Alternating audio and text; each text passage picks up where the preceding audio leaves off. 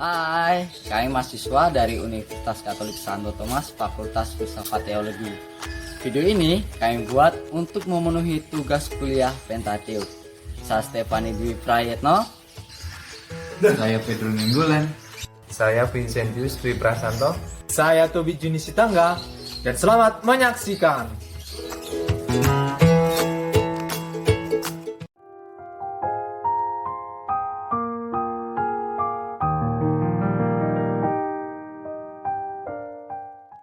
Kisah historis memang dimulai dari bab 12 sampai 50. Akan tetapi, agar kitab itu dapat diterima, maka perlulah membuat semacam pengantar yang diawali dengan kisah penciptaan atau nenek moyang. Sebab, bila langsung ke bab 12, maka akan dipertanyakan siapa nenek moyang Abraham atau siapa manusia pertama sebelum Abraham. Oleh karena itu, dirasa perlu untuk membuat Kejadian 1 sampai 11. Penulisan Kejadian 1 sampai 11 itu juga merupakan refleksi atas kemahakuasaan Allah Israel yang menciptakan dan menghidupkan. Jadi, bukan semata-mata untuk menampilkan historitas, tetapi lebih pada refleksi iman. Perlu juga kita tahu bahwa kitab Kejadian ditulis setelah pembuangan ke Babel. Bahan yang mereka kumpulkan yaitu mengenai bapa bangsa, Abraham, Ishak, Yakub, Yusuf, dan mengenai peristiwa di Gunung Sinai hingga wafatnya Yusuf.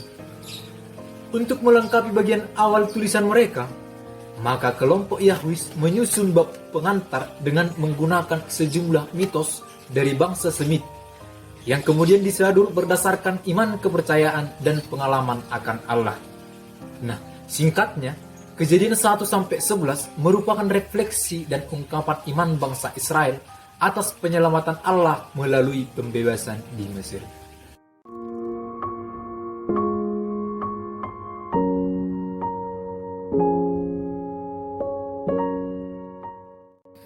Bumi dan samudera raya sebenarnya sudah ada. Nah, akan tetapi belum terbentuk, yaitu kaos, kacau balau, dan masih kosong. Oleh karena itu, Allah tidak menciptakan bumi, tetapi Allah mengatur kaos awali itu menjadi kosmos, yaitu suatu keteraturan. Nah, dengan ini, penciptaan bumi dan samudera raya bukanlah creatio et nihilo, atau penciptaan dari ketiadaan.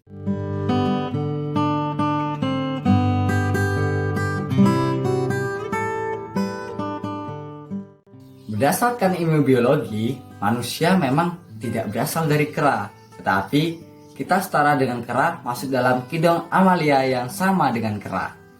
Nah, selain itu, kita juga masuk dalam kelas mamalia yang berarti hewan menyusu dengan ordo Primata.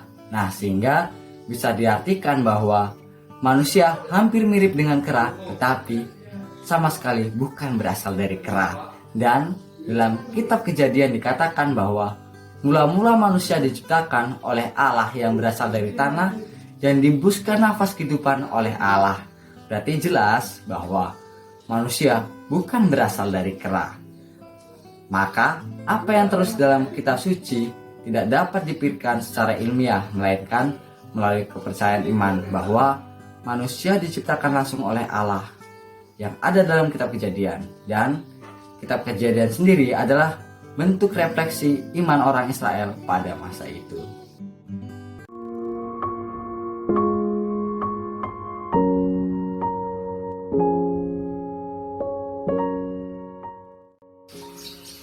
Ketika di Taman Eden, manusia itu memang masih seorang diri. Dalam artian, tidak ada makhluk yang sepadan dengan dirinya, sehingga manusia mengalami kesendirian. Kesendirian merupakan keadaan gawat dan bahaya mati. Oleh karena itu, Allah memberikan penolong yang sepadan dengan manusia itu. Ada dua tahap pertolongan Allah dalam penciptaan penolong yang sepadan. Tahap pertama, yaitu membentuk segala binatang hutan dan burung dari tanah. Akan tetapi, penciptaan penolong pada tahap pertama ini dirasakan gagal karena binatang bukanlah penolong yang sepadan walaupun kehadiran binatang itu menolong manusia. Kemudian, pada tahap kedua, Allah menciptakan penolong bagi manusia itu seorang perempuan. Perempuan itu dirasa menjadi penolong yang sepadan. Mengapa dikatakan sepadan? Penolong yang sepadan berarti penolong yang ada di depannya, ada pada tingkat yang sama, setara dengannya, dan sebagai teman bercerita. Penolong yang sepadan tentu menjadi sahabat teman berelasi yang baik, yang dapat membebaskan dari kesendirian. Penolong bukan dimaksudkan sebagai pembantu, melainkan ada dan hadir bersama dengan dia. Nah, perempuan yang diciptakan pada tahap kedua dapat menjadi penolong bagi manusia karena ia dapat membebaskan manusia itu dari kesendiriannya.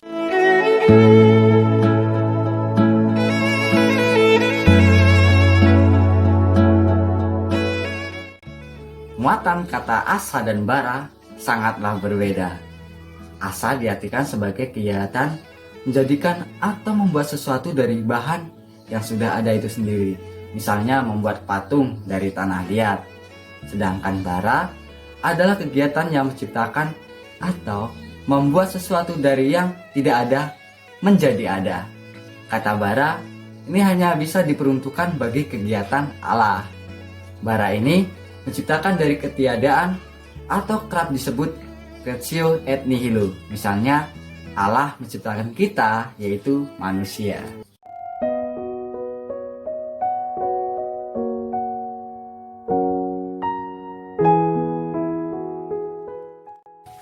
Ketika di Mesir, bangsa Israel mengalami penindasan oleh bangsa Mesir. Maka Allah berencana untuk membebaskan Israel. Untuk itu, Allah memanggil Musa untuk diutus membebaskan Bani Israel dari penindasan orang Mesir. Musa adalah seorang pelarian yang akhirnya menetap di Median.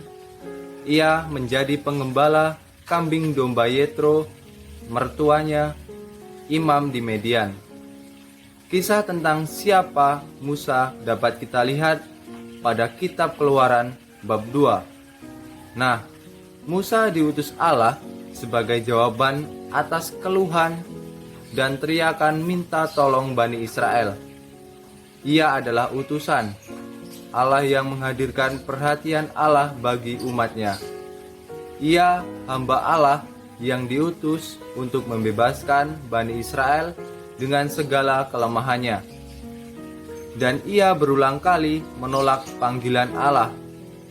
Adapun seruan yang disampaikan oleh Allah kepada Musa ialah, "Hambaku Musa, seorang yang setia dalam segenap rumahku."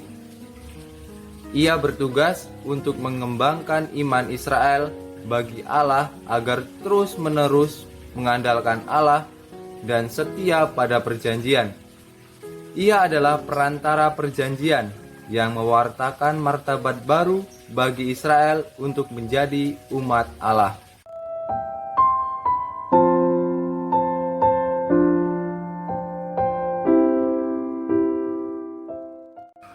Ada dua pembagian periode bangsa Israel di padang gurun. Yang pertama adalah periode pre-teofani atau sebelum pewahyuan Yahweh, dan satu lagi sesudah periode pewahyuan atau post-teofani. Periode pre-teofani ini bermakna positif.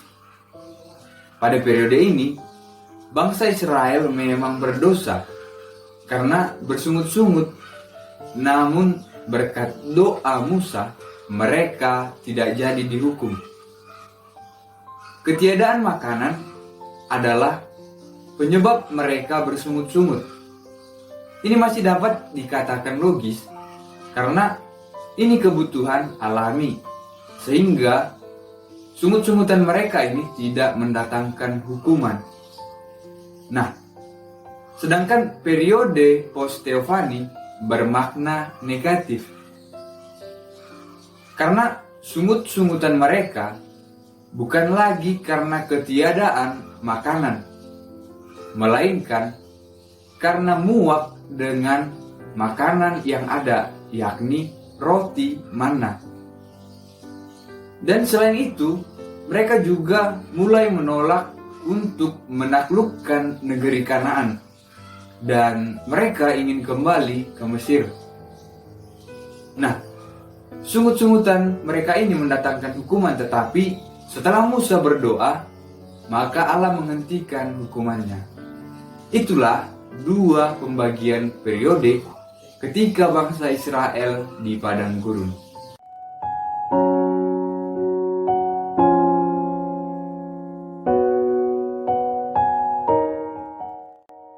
Keberatan Musa ketika ia takut tidak dipercayai oleh bangsa Israel.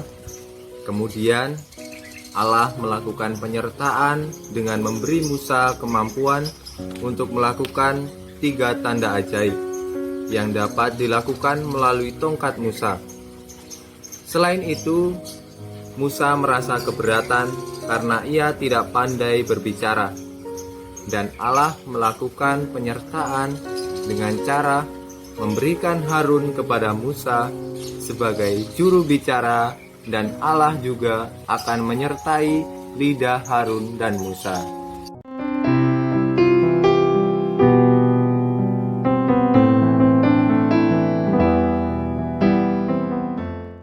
Dalam Bilangan 11 ayat 10 sampai 15, Musa mendengar bangsa Israel menangis di depan pintu kemahnya, dan hal ini membuat Tuhan murka. Dan hal ini dipandang jahat oleh Musa. Lalu, apa yang jahat? Apakah orang Israel yang menangis atau kemurkaan Tuhan? Nah, yang dipandang jahat oleh Musa adalah kemurkaan Tuhan, yakni kemurkaan terhadap bangsa Israel, karena tuntutan bangsa itu tidak mungkin diatasi oleh Musa sendiri. Dan juga Musa bukanlah ibu bagi bangsa Israel.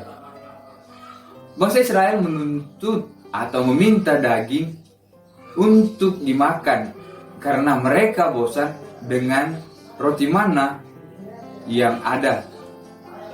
Musa sendiri merasa tidak sanggup memikul tanggung jawab atas seluruh bangsa Israel, sebab itu terlalu berat baginya.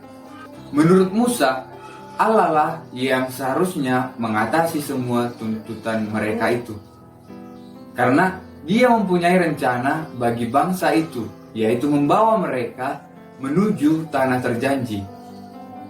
Oleh karena itu, mau dikatakan bahwa Allah adalah ibu bangsa Israel, dan Israel adalah anaknya. Untuk itu seharusnya Allah memperhatikan tangisan bangsa Israel yang meminta daging dan memberikan daging kepada mereka. Karena Allah belum memperhatikan itu, maka Musa memandang sikap Allah ini jahat. Inilah alasan Musa memandang murka Allah itu jahat.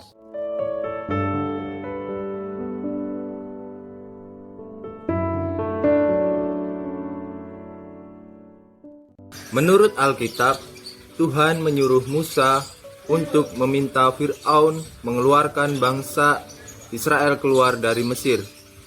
Namun Tuhan menyatakan bahwa Tuhan sendiri yang akan membuat hati Fir'aun mengeras dengan maksud untuk memperbanyak tanda-tanda mujizat kepada bangsa Mesir sebagai hukuman karena telah memperbudak bangsa Israel sedemikian lama. Mujizat-mujizat itu juga ingin menunjukkan kepada bangsa Israel kemahakuasaan Allah, sekaligus juga agar bangsa Israel dapat menceritakan kepada keturunan-keturunannya bagaimana Tuhan telah melakukan mujizat-mujizat di hadapan mata mereka, agar mereka selalu ingat bahwa Tuhanlah Allah.